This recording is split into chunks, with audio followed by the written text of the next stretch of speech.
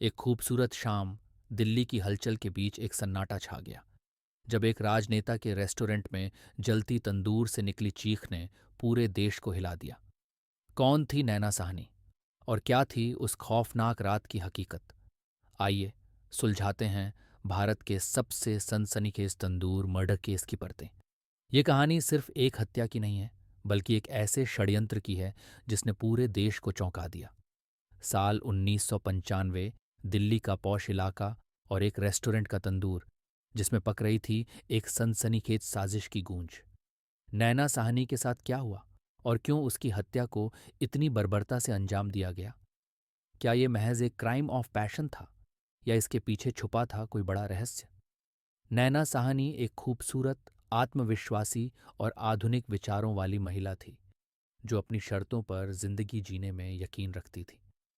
दिल्ली जैसे बड़े शहर में अपनी पहचान बनाने की कोशिश करती नैना की जिंदगी अचानक बदल गई जब उसने सुशील शर्मा से शादी की। सुशील एक प्रभावशाली राजनेता और महत्वाकांक्षी व्यक्ति जिसे अपने नाम और रुतबे का नशा था। शुरुआत में तो सब ठीक था, लेकिन जैसे जैसे दिन बीतते गए उनके रिश्ते में दरारें पड़ने लगीं। एक औरत जो अपने सपनों को पूरा करने निकली थी, उसे अपने पति के शक और गुस्से की जंजीरों में कैद होना पड़ गया। सुशील के दिल में नैना के प्रति शक और असुरक्षा की भावना घर कर चुकी थी और उसका यह शक एक दिन उनकी जिंदगी को तबाह कर देगा। नैना की आंखों में अपने लिए एक उज्ज्वल भविष्य का सपना था, लेकिन उसे शायद नहीं पता था कि उसके ही घर की चारदीवारी में उसका सबसे बड़ा दुश्मन मौजूद है। ये कहानी है एक मासूम औरत की जो अपने हौसलों और सपनों के साथ आगे बढ़ने की कोशिश कर रही थी, पर शायद उसे नहीं पता था कि उसकी जिंदगी एक काले साए के गिरफ्त में है। शादी के कुछ समय बाद ही सुशील और नैना के रिश्ते में कड़वाहट आनी शुरू हो गई। सुशील शर्मा, जो एक प्रभावशाली कांग्रेस नेता थे, का दिल अब नैना के लिए प्रेम से ज्यादा शक और संदेह से भरा हुआ था। सुशील का शक एक जुनून में बदल चुका था। उसे हमेशा लगता कि नैना का किसी और के साथ रिश्ता है। शक की वजह से दोनों के बीच झगड़े होने लगे थे, लेकिन नैना ने इसे कभी गंभीरता से नहीं लिया। शायद उसे यह नहीं पता था कि यह शक, यह गुस्सा एक दिन उसकी जान ले लेगा। नैना के लिए उसकी आज़ादी उसकी जिंदगी का हिस्सा थी, लेकिन सुशील की निगाह में यह उसकी बगावत की तरह था। उसकी ये असुरक्षा धीरे धीरे मानसिक बीमारी में तब्दील होने लगी। एक रात जब नैना अपने घर में अकेली थी, तभी सुशील वहां पहुंच गया। उस रात सुशील ने देखा कि नैना किसी के साथ फोन पर बात कर रही थी और उसका शक एक आग में तब्दील हो गया। गुस्से में बेकाबू होकर सुशील ने नैना से बहस शुरू कर दी। बहस का रुख इतना खतरनाक मोड़ ले चुका था कि अब पीछे हटना मुश्किल था। अचानक सुशील का गुस्सा और बढ़ गया और उसने नैना का गला घोंट दिया। नैना, जो सुशील की शक की आग का शिकार बन गई थी, अब बेजान पड़ी थी। लेकिन यहां कहानी खत्म नहीं होती, बल्कि यहां से कहानी और भी खौफनाक मोड़ लेती है। नैना की लाश अब उसके सामने थी और उसकी राजनीतिक प्रतिष्ठा, उसका मान सम्मान दांव पर लगा था। सुशील जानता था कि अगर यह मामला बाहर आता है तो उसका करियर और रुतबा खत्म हो सकता है। इस डर के साथ उसने न केवल नैना के शव को छुपाने की साजिश रची, बल्कि इसके लिए उसने अपने दोस्त केशव सहगल को भी बुला लिया।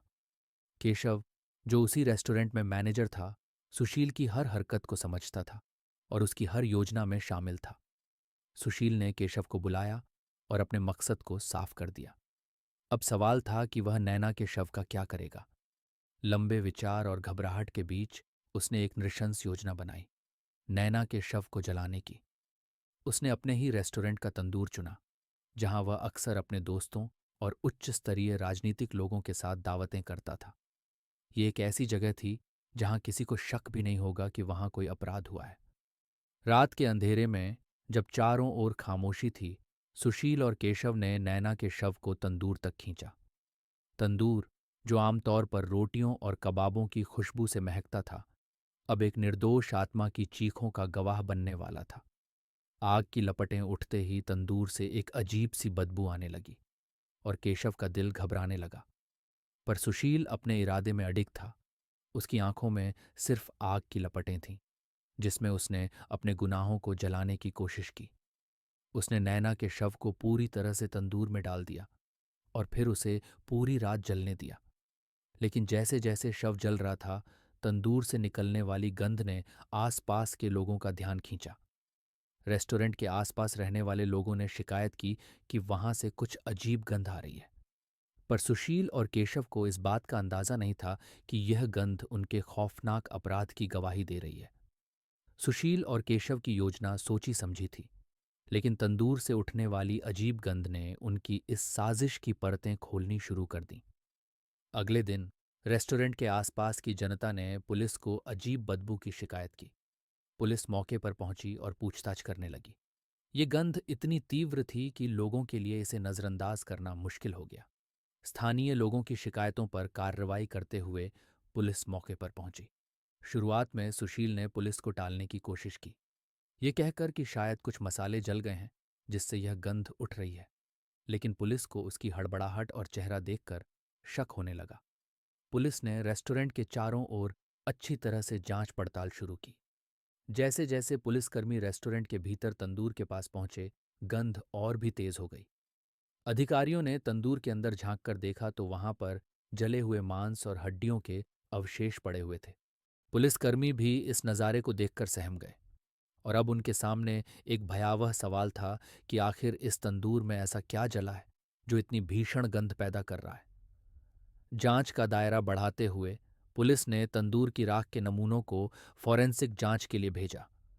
अब सुशील का चेहरा धीरे धीरे पसीने से भीगने लगा था, लेकिन वह अपनी योजना को बनाए रखने की कोशिश में था।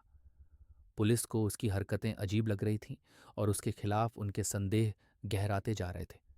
इसके बाद पुलिस ने केशव को कड़ी पूछताछ के लिए हिरासत में ले लिया।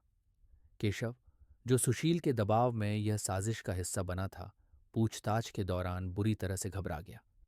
पुलिस के तीखे सवालों के सामने उसकी हिम्मत टूटने लगी। हर सवाल उसके दिल की धड़कनों को और तेज कर रहा था। अंततः वो इस भयावह अपराध को अपने सीने में दबा नहीं सका और सच उगलने पर मजबूर हो गया। केशव ने धीरे धीरे पुलिस के सामने पूरी साजिश का खुलासा किया कि कैसे सुशील ने शक के कारण अपनी पत्नी की हत्या कर दी और फिर तंदूर में जलाकर सबूत मिटाने की कोशिश की। जैसे ही यह राज खुला, पुलिस अधिकारियों की आंखों में गुस्सा और दर्द दोनों दिखाई देने लगे। ये मामला सिर्फ एक हत्या का नहीं था, बल्कि नैना साहनी की आत्मा के साथ की गई एक नृशंस क्रूरता का था। सुशील ने अपने शक के कारण न केवल एक निर्दोष जान ली, बल्कि अपनी साजिश को अंजाम देने के लिए नैना के शव को तंदूर में जला दिया, जैसे वो कोई वस्तु हो। इस घटना की खबर जैसे ही मीडिया तक पहुंची, ये पूरे देश में आग की तरह फैल गई। ये केस भारतीय इतिहास के सबसे चौंकाने वाले और भयानक मर्डर केसों में से एक बन गया। जैसे ही तंदूर मर्डर केस का भंडाफोड़ हुआ, दिल्ली पुलिस ने तुरंत सुशील शर्मा को गिरफ्तार कर लिया। यह केस अब केवल एक हत्या की कहानी नहीं रह गई थी। यह अब राजनीति, शक और क्रूरता की एक भयावह गाथा बन चुका था, जिसने पूरे देश का ध्यान अपनी ओर खींच लिया था। मीडिया में इस केस की खबर आग की तरह फैली और हर कोई इस घटना की खौफनाक सच्चाई से सन्न रह गया। पुलिस ने केशव के बयान और फॉरेंसिक रिपोर्ट्स के आधार पर सुशील के खिलाफ मजबूत सबूत जुटाए। तंदूर से मिले जले हुए हड्डियों के टुकड़े और मांस के अवशेष फॉरेंसिक जांच में नैना साहनी के डीएनए से मेल खा गए, जिससे इस बात की पुष्टि हो गई कि तंदूर में जलाया गया शव नैना का ही था। इसके अलावा रेस्टोरेंट में मौजूद कर्मचारियों के बयान और सीसीटीवी फुटेज ने भी सुशील के खिलाफ गवाही दी, जिसने मामले को और भी स्पष्ट कर दिया। अदालत में यह मुकदमा शुरू हुआ तो सुशील ने खुद को निर्दोष साबित करने की हर संभव कोशिश की।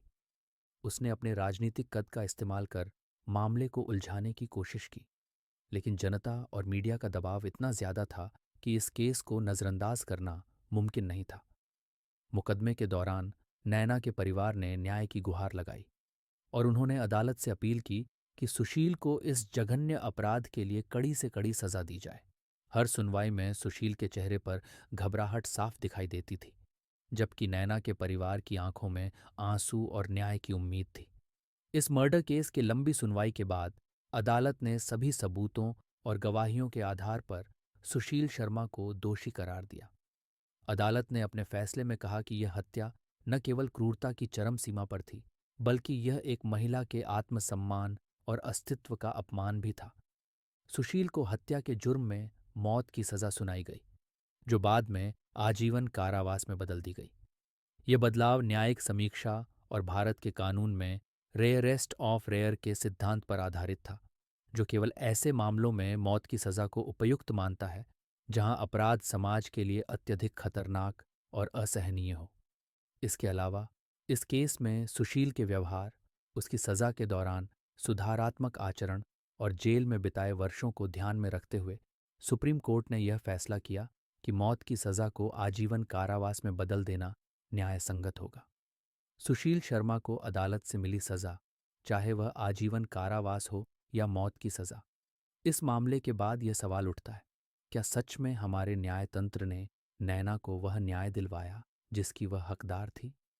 क्या कभी हम यह समझ पाएंगे कि शक और राजनीतिक दबाव के चलते किसी निर्दोष की जान क्यों ली जाती है? क्या यह सजा उचित थी या हमें और कड़ा न्याय चाहिए था? आपकी क्या राय है इस मामले पर? अगर आपको यह वीडियो और कहानी दिलचस्प लगी हो तो कृपया इस वीडियो को लाइक और सब्सक्राइब ज़रूर करें। आप अपने विचार कमेंट्स में भी शेयर कर सकते हैं।